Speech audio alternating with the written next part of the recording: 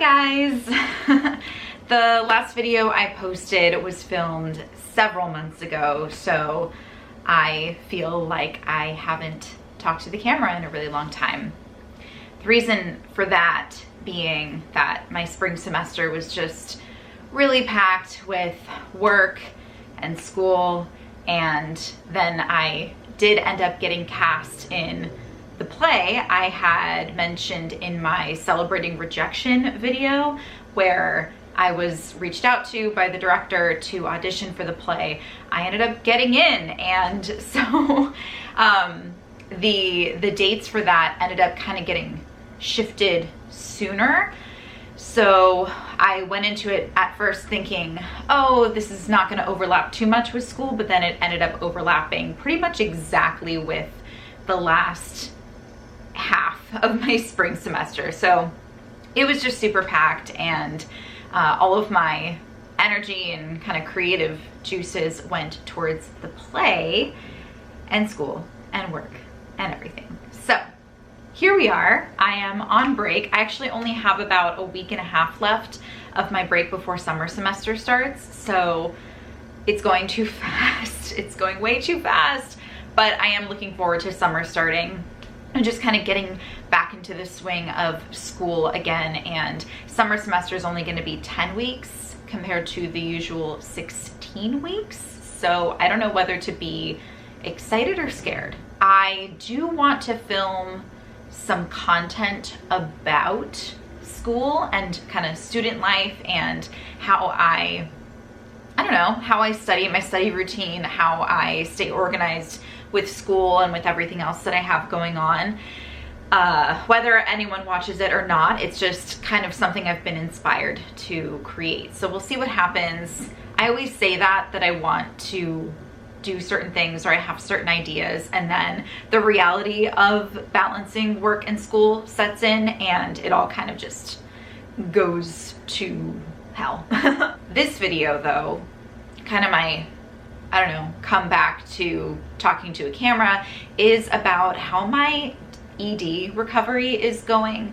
At the beginning of the year, I posted a first day of intuitive eating video. I deleted MyFitnessPal. I deleted Zero, which is an app for intermittent fasting.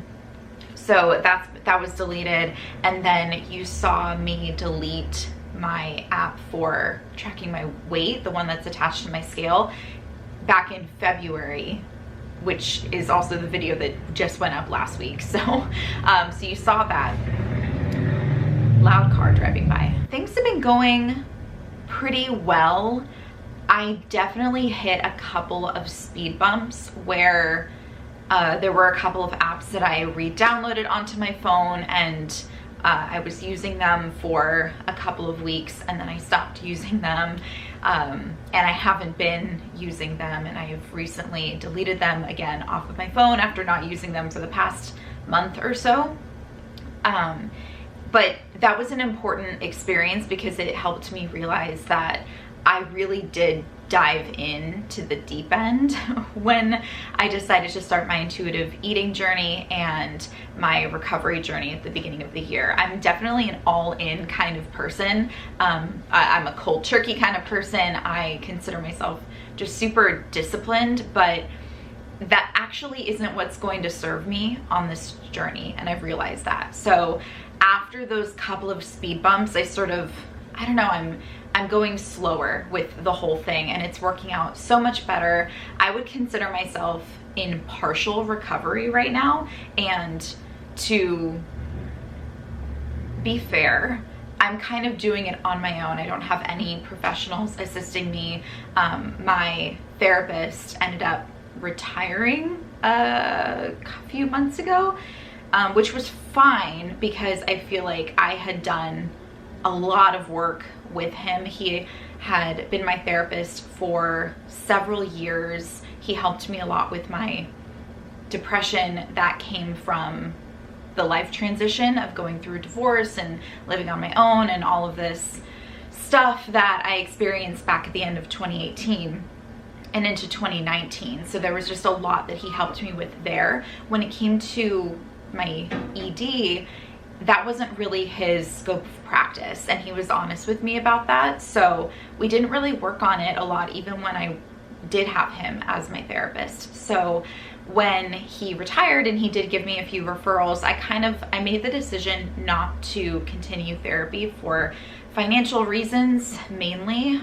My health insurance, I literally only have it just to have health insurance, and I literally have not used it at all. I feel like, I don't know. Yeah. So none of the people that he referred me to take my health insurance, because I have like the cheapest plan of the cheapest whatever, and it's still like almost $200 a month. So for financial reasons, I am not doing therapy.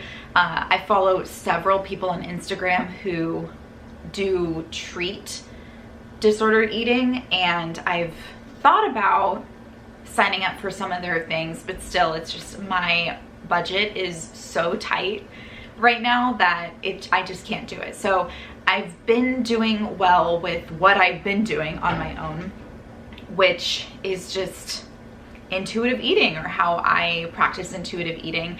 And I do think I need to go and reread the intuitive eating book, which is why I kept it. And normally when I read a book, I declutter it right away, unless I really feel like it's going to help me in the future and it's something that I'm going to go back to. So I kept my intuitive eating book, and I will be going back to it, because just one read through is not enough. There's so much information in there, and I feel like now I'm at a point where I need to go revisit some of the principles. So yeah, partial recovery is where I am, especially when it comes to my relationship with exercise and movement. I still exercise probably more than I should. I know that if I were in professional treatment, I would probably be told to stop exercising completely. And the thought of that freaks me out, because right now I feel like what I do eat and when I eat and how much I eat, I don't have anxiety about it, or as much anxiety about it, because I know that I am working out as much as I am. On the flip side of that, I do feel like my relationship with exercise has improved a little bit.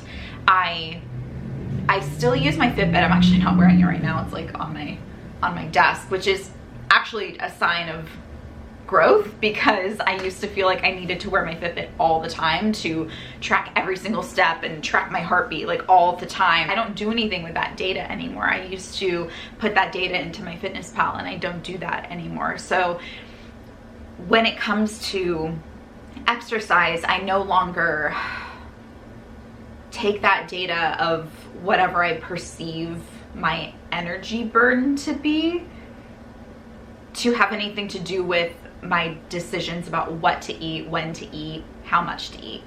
So that's growth.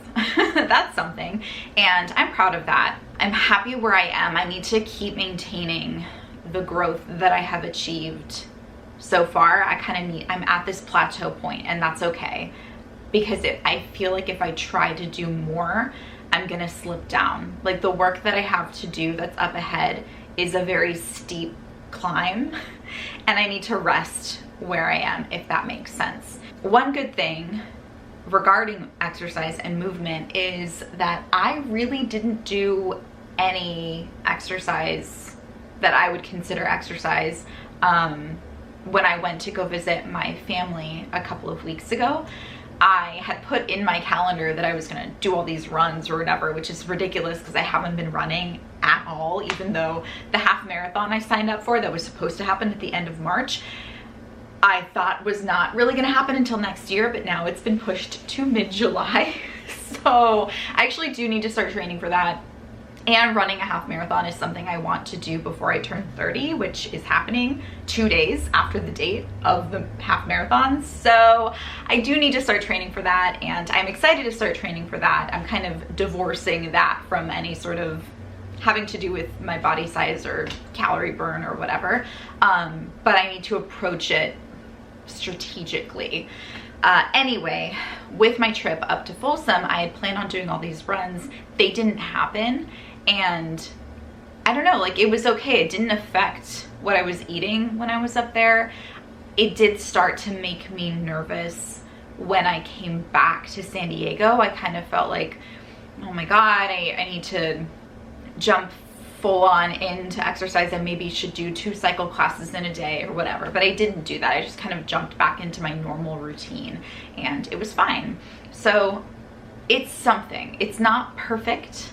It's not 100% recovery, but it is what it is, and I'm really happy with where I am. So another thing that's been going on is being okay with slight body changes. I'm not there yet 100% regarding being okay with gaining weight or my body getting bigger. It's still not okay with me, which there's so much to unpack there. Fat phobia, that whole idea that is so ingrained in pretty much all of us if we grew up in kind of the Western society that we've grown up in, which puts thinness on this pedestal. And it's so, I mean, it's deep. Like it's so deep in there that to extract that and cleanse that, the metaphor that I'm thinking of right now is like a cyst, if that makes sense. Like one of those really deep cystic pimples. That's how I feel about fat phobia. That is in me and society and our culture and everything like that. So I'm aware of it. I'm like, okay, I know what's in there. Whereas before I just wasn't really aware of that whole concept, and now I am. So when it comes to discomfort with weight gain for me, I'm like, that's what that is. And I try to pop it and get it out, but it just makes it more inflamed. I don't know. Are you following me with this weird metaphor that I've got going on? Whatever. This is just one of those rambly videos. So that's that. But Tyler's been so amazing with helping me get a couple of new workout pants that are a size bigger. So I've sized up, but it's weird because I like oversized up. I love Fabletics. I'm like a Fabletics member, but not in any way sponsored. I'm not an ambassador or anything like that, but I really do enjoy Fabletics clothing. And when my body was smaller last year is when I started to get into Fabletics. And so I had a couple of clothes that were really small. And so now that my body has it's starting to just be more comfortable at a more natural weight point, whatever that is. I mean, I don't know if it actually is because I am still exercising a lot, but as it's getting a little bit bigger, some of those really small clothes are they're uncomfortable. And even wearing anything that is slightly too small is so triggering for me. And because my budget is so tight, it's really hard for me to afford new clothes. So Tyler's treated me to a couple of things, but it's funny because I sized up like 2 sizes. So I put them on, I'm like, these are too big. But I kind of like it because I think workout pants are supposed to be tight. They're supposed to support you. But even that sensation of clothes fitting the way they're supposed to is still triggering for me. So having a little bit of just room to breathe and room for my muscles to expand, because they expand when you work out, it just is so nice. And being okay with a size that's not the size that I used to be is something that I've gotten better at. Like seeing a medium pants or whatever and feeling like it's literally just a size, and sitting in the sitting in the sensation of just like, this feels more comfortable, and that's more important than having a letter on this tag that makes me happy. I don't know, does that make sense? I might cut all of that out, I don't know. That was so rambly, oh my god. So I talked about sizing up, I talked about being better with the intuitive eating thing, and how I still need to work on my relationship with exercise and my relationship with my body changing. So yeah, definitely partial recovery. I still feel like some days I worry about honoring my hunger all the time, but those days are becoming fewer and more far between. Fewer and far between. Yeah. Another thing I did, this was super random, but in kind of tossing the idea of filming a video today around in my head, I watched one of my videos from around this time last year, and watching the video of myself genuinely triggered me. So I put it on private.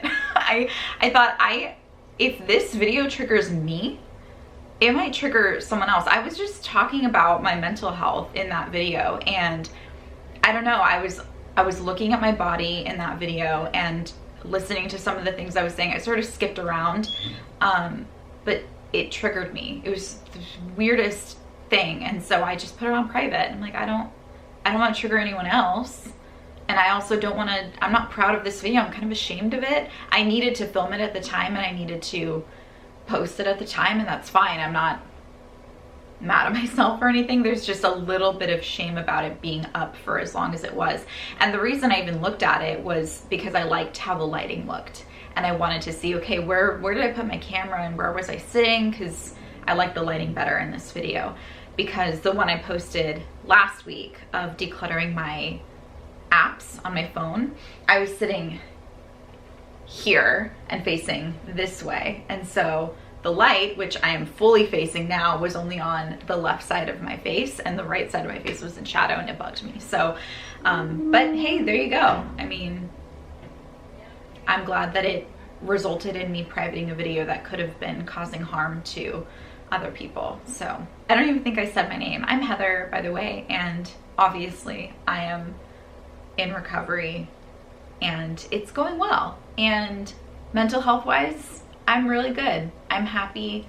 I'm a lot less anxious when it comes to my body and food and all of that stuff. I still have stress and anxiety about other things, school, work, all of that, but it's actually kind of nice to have that mental space to focus on more important things to be anxious about than what am I gonna eat for dinner, even though I just had breakfast. Like, yeah. I did just plan out a video where it's a little more structured, and I talk about my 10 favorite things about recovery, so we can get more into that and have it be just a really positive video. And I do think I'm ready to film some fear food videos. On my Instagram, I did a reel that I filmed over the course of several weeks of just eating random fear foods, and that was cool. But I want to do like a 24 hours of eating my fear foods video. I also want to do a 24 hours eating my childhood favorites, and I just feel like having Tyler in one of those videos would be really fun. So I don't know, that might actually happen tomorrow. We'll see. But anyway, thank you guys so much for watching and following this journey. And if you follow me on Instagram, I know some of you do and have been just really supportive of me and have sent me wonderful messages. Some of you have been on similar journeys, and it's just, some of those messages have literally brought me to tears, because I just feel, seen, I feel validated, and I also feel for you because you've gone through this and you know how hard it is, and it just means a lot that you're so supportive. So thank you. And if you don't follow me on Instagram, whatever, thank you for watching this. It still means just as much to have you on the other side of this camera. So yeah, if you like this video, you can give it a thumbs up. That's always nice and validating. For some reason it shouldn't be, but it is. And if you want to have a conversation down in the comments, go for it. I love that too. And I hope you're looking forward to other videos about this and about other things. I'm kind of in a declutter space right now. I kind of want to do some decluttering, so I might film more in this same outfit. Yeah. Anyway, thanks for watching. I I will see you guys hopefully really soon. Bye.